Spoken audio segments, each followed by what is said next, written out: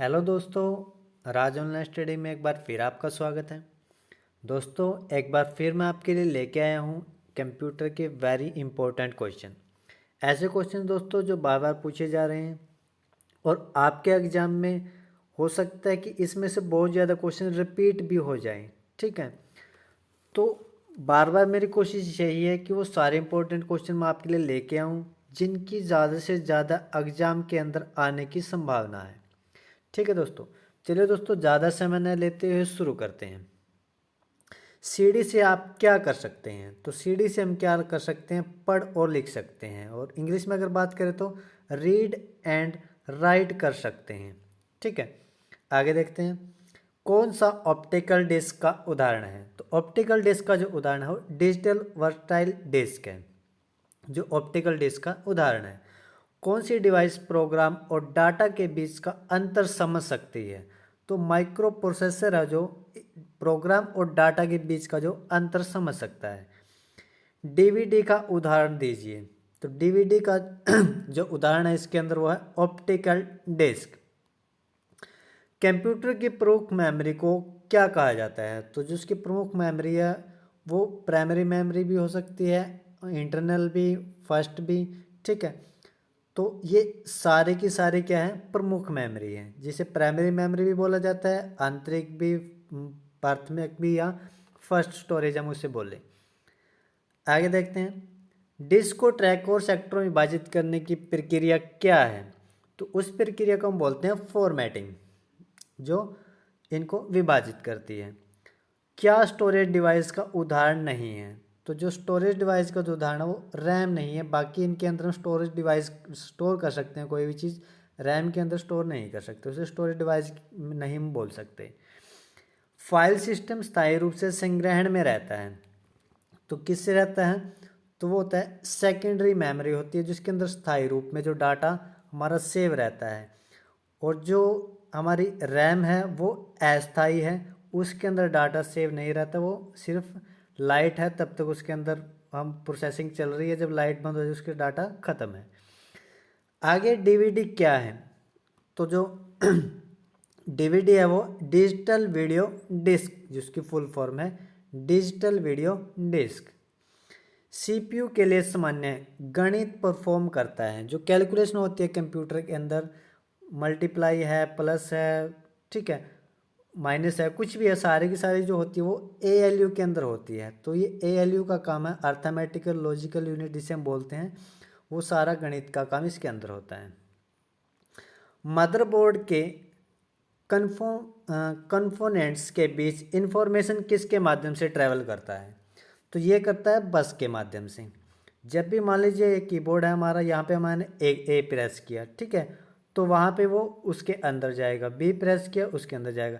या कुछ भी हम काम कर रहे हैं कंप्यूटर के अंदर, तो वो प्रोसेस जो जा रही है उसे हम बोलते हैं बसेस। ठीक है, बसेस के रूप में वो जा रही है, ट्रैवल कर रहे हैं बसेस के माध्यम से।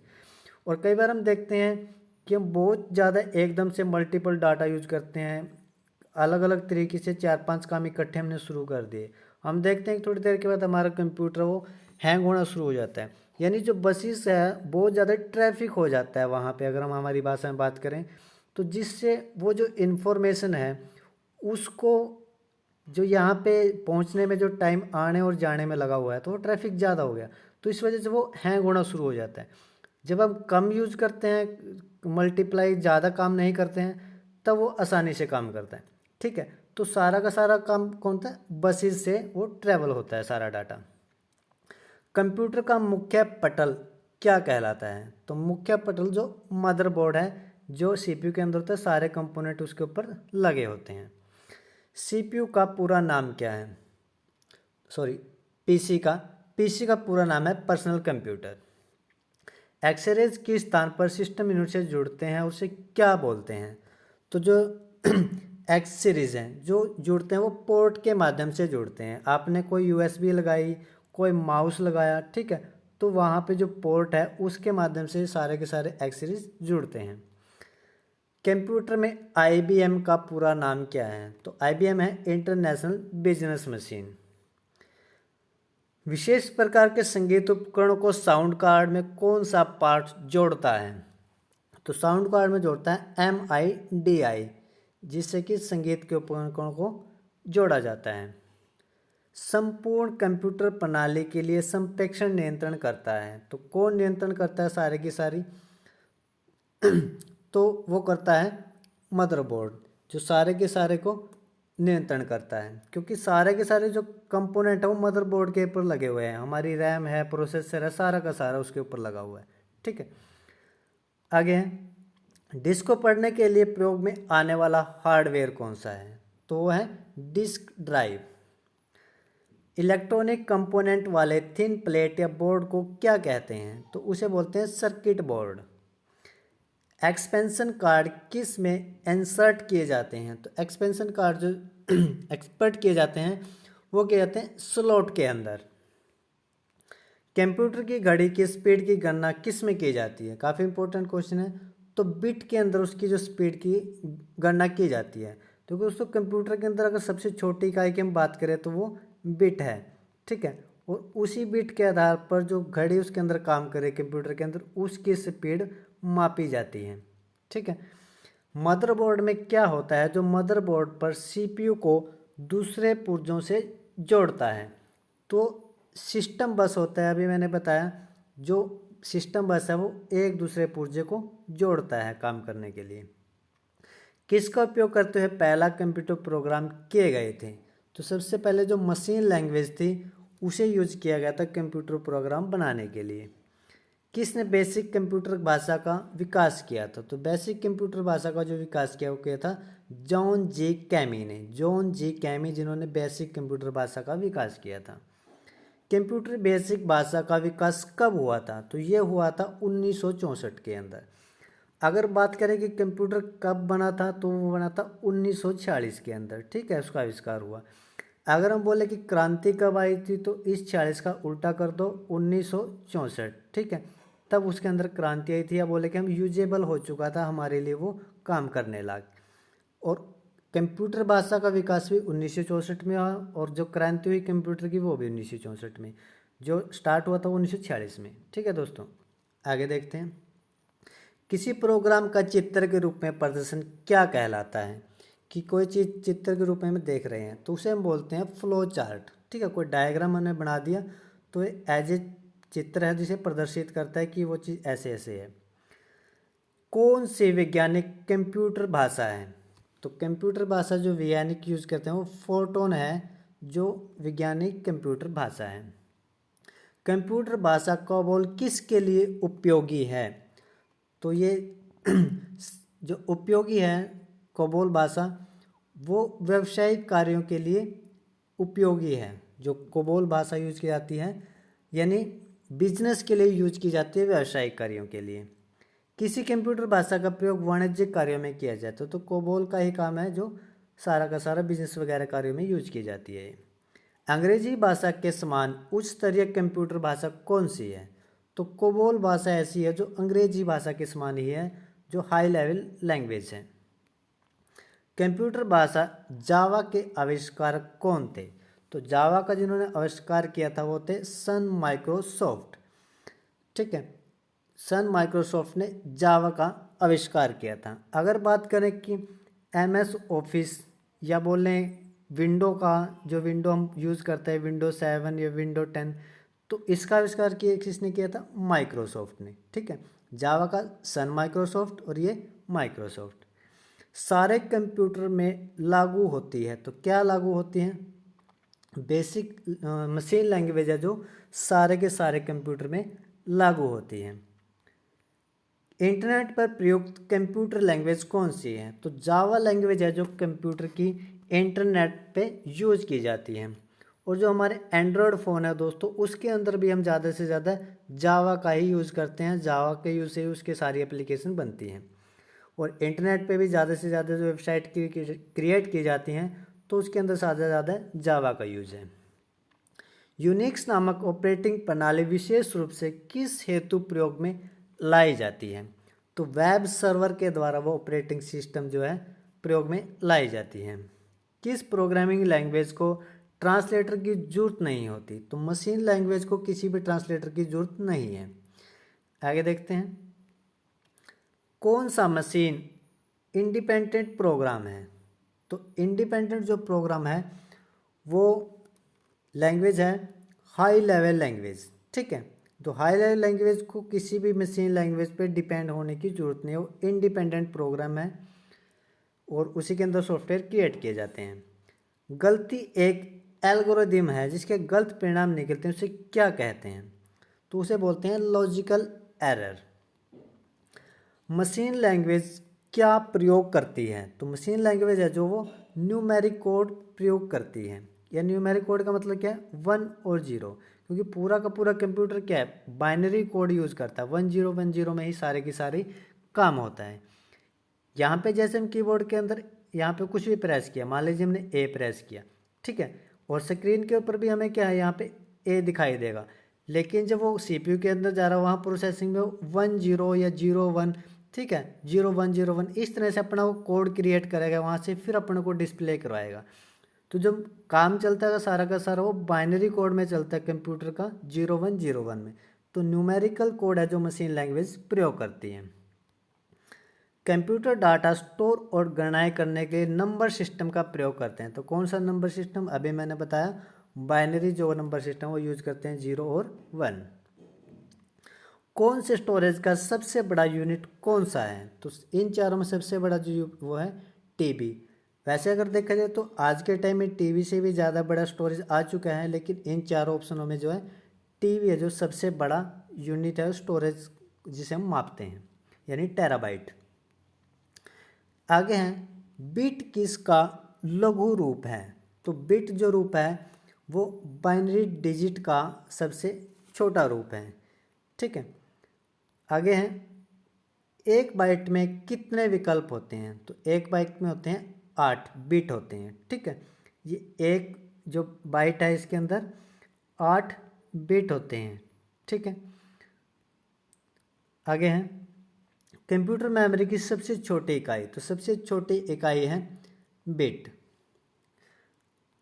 आगे हैं कितना बाइट मिलकर 1 किलोबाइट बनता है? यानी एक जो केबी बनता है वो कितने बाइट मिलकर बनता है? तो 1024 बाइट मिलकर 1 केबी यानी 1 किलोबाइट बनता है। बाइनरी नंबर प्रणाली में कितने अंक होते हैं? तो 2 अंक होते हैं, अभी मैंने बताया 0 और 1। अक्षरों तथा चिन्हों को बाइटों में स्टोर करने की विधि को क्या कहते हैं? तो उसे हम बोलते हैं कोडिंग सिस्टम। कंप्यूटर में किसी भाषा की लंबाई किस में मापते हैं? तो बिट में उसकी लंबाई मापते हैं, किसी भी शब्द की, किसी भी वर्ड की। मान लीजिए यहाँ पे मैंने कुछ भी नाम लिखा, यहाँ पे लिख दिया मैंने अमित, ठीक है, तो इसकी जो लंबाई मापी जाएगी वो बिट में मापी जाएगी, ठीक है। आगे देखते हैं लॉजिकल गेट क्या है? तो जो लॉजिकल गेट है वो एक प्रकार का सर्किट है। कंप्यूटर पर इंफॉर्मेशन किस रूप में स्टोर किया जाता है? तो ये डिजिटल डाटा के रूप में स्टोर किया जाता है सारी की सारी इंफॉर्मेशन। कौन सा एक प्रोग्राम है जिसमें कंप्यूटर का प्रयोग करना आसान हो जाता है? तो कंप्यूटर का जो आसान बनाता है वो बनाता है यूटिलिटी। तो यूटिलिटी जो प्रोग्राम है वो आसानी से उसे हम कंप्यूटर में के अंदर काम आसानी से कर सकते हैं इसकी मदद से। आगे है प्रोग्राम में त्रुटियां जिसमें गलतियां अनुपयुक्त परिणाम उत्पन्न होते हैं उसे क्या बोलते हैं? तो उसे हम बोलते हैं बग। यानी कोई भी हमने प्रोग्राम बनाया और उसके अंदर कुछ भी ऐसी गलती रह गई कि वो प्रोग्राम रन नहीं हो पा रहा जैसे हमने बनाया था वैसा नहीं है, एरर दिखा दिया, तो उसे हम बग बोलते हैं, ठीक है। सॉफ्टवेयर का प्राथमिक उद्देश्य डाटा किस में बदलना है? तो उसका मतलब है सूचना बनाना। कि आपने कोई एक सॉफ्टवेयर बना दिया, मान लीजिए किसी मेडिकल शॉप का एक सॉफ्टवेयर बनाया, ठीक है, तो उस सॉफ्टवेयर का मतलब क्या है कि हमें वो सूचना, उससे इन्फॉर्मेशन मिले कि एक नंबर डाला और पूरे के पूरे कस्टमर की डिटेल हमारे सामने आ जाए, यानी वो हमें इन्फॉर्मेशन दे रहा है, ठीक है। सूचना देने का काम होता है सॉफ्टवेयर का। सॉफ्टवेयर कोड में त्रुटियां ढूंढने की प्रक्रिया क्या है? तो उसकी जो प्रक्रिया वो डीबगिंग करना है, ताकि उसमें पता लगे क्या क्या त्रुटियां हैं, वो ठीक से काम क्यों नहीं कर रहा है। कंप्यूटर की भौतिक बनावट कहलाती है। तो उस भौतिक बनावट को बोलते हैं हार्डवेयर, यानी ऊपर की जितनी बनावट उसे भौतिक बनावट बोलते हैं। आगे हैं DOS का पूरा नाम क्या है? तो इसका नाम है डिस्क ऑपरेटिंग सिस्टम। आगे देखते हैं इसमें विषम क्या है। तो विषम है इसके अंदर एक्सेस, क्योंकि ये तीनों ऑपरेटिंग सिस्टम है, ठीक है। और एक्सेस है जो एप्लीकेशन सॉफ्टवेयर है। एप्लीकेशन सॉफ्टवेयर होते हैं जो हम अपने पर्सनल यूज़ के लिए करते हैं, और ऑपरेटिंग सिस्टम होते हैं जिनका यूज़ करके फिर हम एप्लीकेशन सॉफ्टवेयर उनका यूज़ करके बनाते हैं, ठीक है। तो ये तीनों ऑपरेटिंग सिस्टम और एक्सेस है जो एप्लीकेशन सॉफ्टवेयर है, तो ये अलग है, यानी इसका जो आंसर है बी ऑप्शन राइट आंसर है। यूनिक का विकास कब हुआ था? तो यूनिक्स का जो आविष्कार हुआ था 1969 में हुआ था यूनिक्स का विकास। यूनिक्स की मुख्य भाषा कौन सी है? तो इसकी जो मुख्य भाषा है वो है असेंबली, ठीक है, यूनिक्स की। कंप्यूटर में काम करने के लिए किस सॉफ्टवेयर का प्रयोग किया जाता है? तो एप्लीकेशन सॉफ्टवेयर का प्रयोग करते हैं हम। MS ऑफिस यूज़ करते हैं जिसके अंदर वर्ड, एक्सेल, पावर पॉइंट सब कुछ होता है, ठीक है। वो क्या है? एप्लीकेशन सॉफ्टवेयर है। और जो विंडो हम यूज़ कर रहे हैं, विंडोज 7 है, कोई भी विंडो है, वो ऑपरेटिंग सिस्टम है, ठीक है। आगे देखते हैं कौन सा सॉफ्टवेयर कंप्यूटर के हार्डवेयर को नियंत्रित करता है? तो जो हार्डवेयर को नियंत्रित करता है वो कौन सा होता है? उसे हम बोलते हैं सिस्टम सॉफ्टवेयर। कंपाइलर कंप्यूटर किस प्रकार की भाषा है? तो निम्न स्तर की भाषा यानी लो लेवल लैंग्वेज है वो, जो निम्न स्तरीय भाषा है कंपाइलर। कंप्यूटर में प्रयोग करने के लिए बाजार में बिकने वाले प्रोग्राम को क्या बोलते हैं? तो बाजार में मान लीजिए कि हम पर्टिकुलर किसी एक चीज़ के लिए सॉफ्टवेयर बना रहे हैं तो उसे हम बोलते हैं सॉफ्टवेयर पैकेज, ठीक है। आप किसी भी काम के लिए एक सॉफ्टवेयर बनवा रहे हो तो उस पूरे सॉफ्टवेयर के हम बोलेंगे उसको सॉफ्टवेयर पैकेज बोलेंगे, ठीक है। और उस पैकेज को कोई भी कस्टमर खरीद सकता है, तो कि मेरे को किसी भी पर्टिकुलर काम के लिए सॉफ्टवेयर चाहिए तो उसे हम बोलते हैं सॉफ्टवेयर पैकेज। यूनिक्स की विशेषताएं क्या हैं? तो यूनिक्स की विशेषताएं हैं केन थॉमसन, ठीक है। यह बोले कि यूनिक्स के जो क्रिएट किया हुआ है केन थॉमसन। कंप्यूटर की असेंबली भाषा में लिखे गए प्रोग्राम को मशीनी भाषा में बदलने का काम कौन करता है? तो असेंबलर है जो ये काम करता है, यानी मशीन लैंग्वेज में बदलना काम करता है प्रोग्राम को। हार्डवेयर और सॉफ्टवेयर, ठीक है, के बीच संबंध बनाने की तकनीक या सुविधा को क्या बोलते हैं? कि दोनों के बीच कम्युनिकेशन कौन बनाता है? तो उसे बोलते हैं इंटरफेस। आगे है प्रोग्रामिंग भाषा में लिखे गए मूल प्रोग्राम को क्या कहते हैं? तो उसे बोलते हैं स्त्रोत प्रोग्राम। किस ऑपरेटिंग सिस्टम में उपयोगकर्ता एक साथ कई कंप्यूटर ऑपरेट कर सकता है? तो बहुत सारे एक समय ऑपरेट कर सकता है, वो टाइम शेयरिंग से ऑपरेट कर सकता है। दोस्तों जैसे अपना एक ATM है, ठीक है, ये भी टाइम शेयरिंग है कि एक पर्टिकुलर टाइम के लिए कितने ही ATM एक दूसरे से लिंक हैं, ठीक है। हमारा जो खाता है मान लीजिए किसी और बैंक में है, हम ATM से पैसे किसी और बैंक के से निकलवा रहे हैं, यानी वो क्या है, वो कंप्यूटर ऑपरेट हो रहे हैं टाइम शेयरिंग से, ठीक है।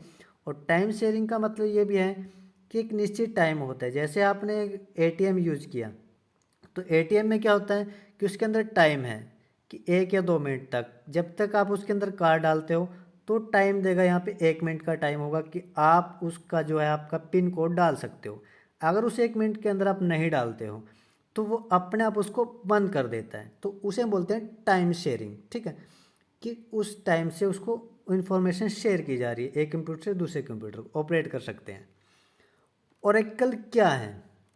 तो ओरेकल एक डाटाबेस सॉफ्टवेयर है। टैली सॉफ्टवेयर का प्रयोग किया जाता है, किसके लिए किया जाता है? तो अकाउंट के लिए यूज़ करते हैं टैली को।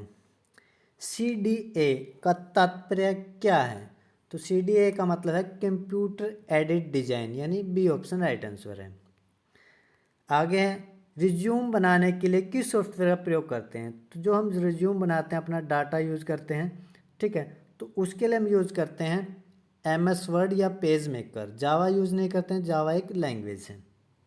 तो इसका जो सही आंसर है वो है डी, यानी ए और बी। MS वर्ड किसका उदाहरण है? तो MS वर्ड एप्लीकेशन सॉफ्टवेयर है। किसी प्रोग्राम के मानव द्वारा पठनीय वर्जन को क्या कहा जाता है? तो उसे बोलते हैं प्रोग्राम कोड। एक बार में एक स्टेटमेंट को कन्वर्ट और एग्जीक्यूट कौन करता है? तो इंटरप्रेटर करता है, जो उसे कन्वर्ट भी करता है और एग्जीक्यूट भी करता है।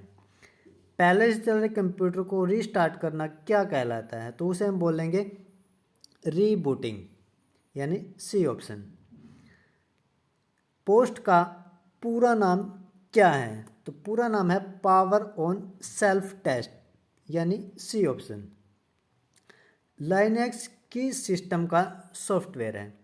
तो इसे हम बोलेंगे ओपन सोर्स। जब एक कंप्यूटर में दो प्रोसेसर लगाए जाते हैं तो उसे क्या बोलते हैं? तो उसे बोलते हैं पैरेलल प्रोसेसिंग। मेन फ्रेम या सुपर कंप्यूटर में एक्सेस के लिए यूज अक्सर क्या उपयोग करते हैं? तो वो यूज करते हैं टर्मिनल को। तो सुपर कंप्यूटर या मेन फ्रेम कंप्यूटर यूजर अक्सर उपयोग करते हैं उसके अंदर एक्सेस के लिए टर्मिनल, यानी बी ऑप्शन। किस टोपोलॉजी में नेटवर्क कंपोनेंट एक ही केबल से कनेक्ट किए जाते हैं? तो कौन सी टेक्नोलॉजी होती है? तो बस टेक्नोलॉजी होती है जो नेटवर्किंग की, उसके अंदर एक ही केबल से सारे के सारे कंप्यूटर है वो इस तरह से कनेक्ट होते हैं। ठीक है, ये इस तरह लगातार एक ही क्रमांक में जुड़े होते हैं, वो बस होती है। ठीक है, ऐसे गुड़ाई में जब जुड़े होते हैं, यहाँ कंप्यूटर है यहाँ कंप्यूटर है, वो रिंग टेपोलॉजी बोली जाती है। आगे देखते हैं। नियमों का एक सेट है, उसे हम बोलते हैं प्रोटोकॉल। उस नेटवर्क टोपोलॉजी का क्या नाम है जिसके प्रत्येक संभावित कोड में द्विदिशीय कड़ियां हैं? तो उसे हम बोलेंगे मेश। किसका लघु रूप है? तो लघु रूप है लोकल एरिया नेटवर्क का, यानी लैन का जो है छोटा रूप है। तो लोकल एरिया नेटवर्क इसे हम बोलते हैं, जो किसी पर्टिकुलर एक ऑफिस के लिए हम यूज़ करते हैं तो वो लैन यूज़ करते हैं। बहुत बड़े एरिया के लिए हम यूज़ करते हैं वैन यूज़ करते हैं, यानी वर्ल्ड एरिया नेटवर्क।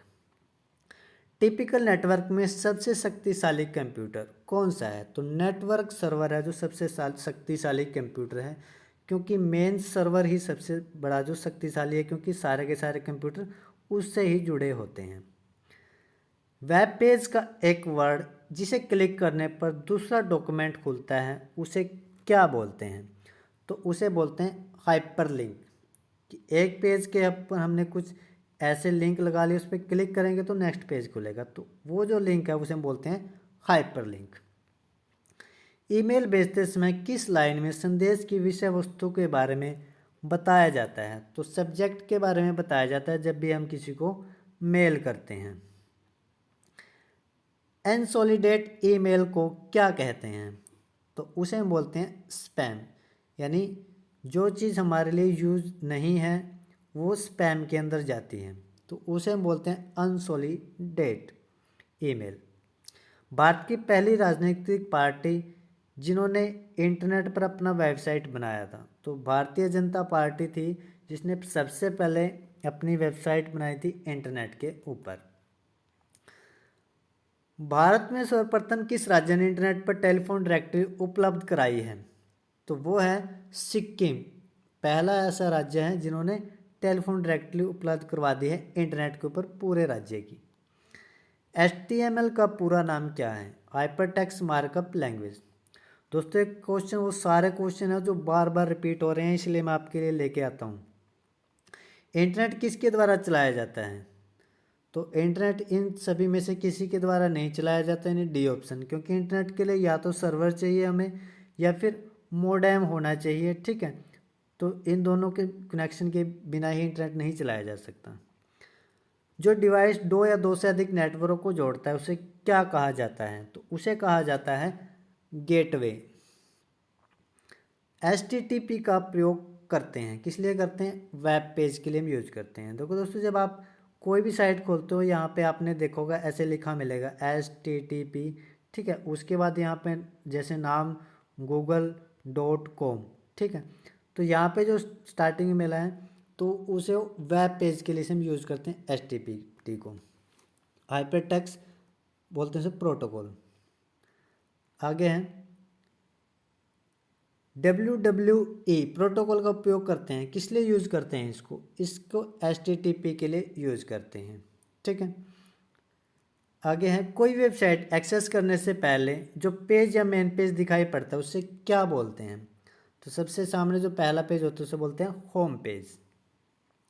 कंप्यूटर को इंटरनेट से जोड़ने में मदद करता है, तो क्या चीज़ मदद करता है, तो अभी मैंने बताया था ब्राउज़र है जो मदद करता है। बिना ब्राउज़र के हम इंटरनेट यूज़ नहीं करते, कि हमारा पीसी यहाँ से इंटरनेट से कनेक्ट हो चुका है लेकिन कोई भी साइट हमें खोलनी है, ठीक है। तो उसके लिए हम कुछ तो चाहिए, या तो गूगल क्रोम चाहिए या फायरफॉक्स चाहिए, ठीक है।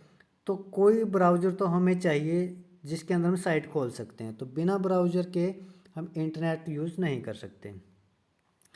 ORG का संबंध किस क्षेत्र से है, तो ORG का जो संबंध है वो संगठन के क्षेत्र से है, ठीक है। क्योंकि देखो दोस्तों, जैसे हमने खोला कि गूगल तो यहाँ पे हमने गूगल खोला, ठीक है। तो उसके पीछे क्या होता है .com या .in, ठीक है, या .org ऐसे में लिखा मिलता है अलग अलग साइट के पीछे, ठीक है।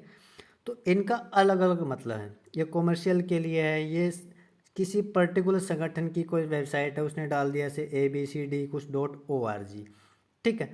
इनका अलग मतलब यानी वो इंडिया की साइट है, इस तरह से, ठीक है। हर एक का अपना अलग अलग मतलब है जो डॉट के बाद लिखा होता है। .org का मतलब है कि वो जो है वो संगठन से रिलेटेड, किसी एक पर्टिकुलर संगठन से रिलेटेड साइट है। आगे है डोमेन का संबंध किससे है, तो .com का जो मतलब है यूज होता है वो है व्यापारिक संस्था से, ठीक है। भारत में इंटरनेट की सुविधा कब आरंभ हुई थी, काफ़ी इंपॉर्टेंट क्वेश्चन है। तो 1995 के अंदर सबसे पहले भारत के अंदर इंटरनेट की सुविधा आरंभ हुई थी। वेबसाइट का एड्रेस निम्नलिखित में से कहलाता है, तो क्या कहलाता है, उसे URL बोलते हैं, ठीक है। यानी www.abcd कुछ भी, ठीक है, .in, तो इस पूरे का हम बोलेंगे URL, ठीक है। तो दोस्तों ये कुछ इंपॉर्टेंट क्वेश्चन थे जो मैं आपके लिए लेके आया था। अगर आपको मेरी मेहनत पसंद आ रही है तो वीडियो को लाइक शेयर सब्सक्राइब ज़रूर कीजिएगा, और वीडियो देखने के लिए धन्यवाद। अगर आप इसकी PDF लेना चाहते हैं तो नीचे लिंक दिया है, तो वहाँ से PDF भी आप डाउनलोड कर सकते हो। तो वीडियो देखने के लिए दोस्तों धन्यवाद, मिलते हैं नेक्स्ट वीडियो में।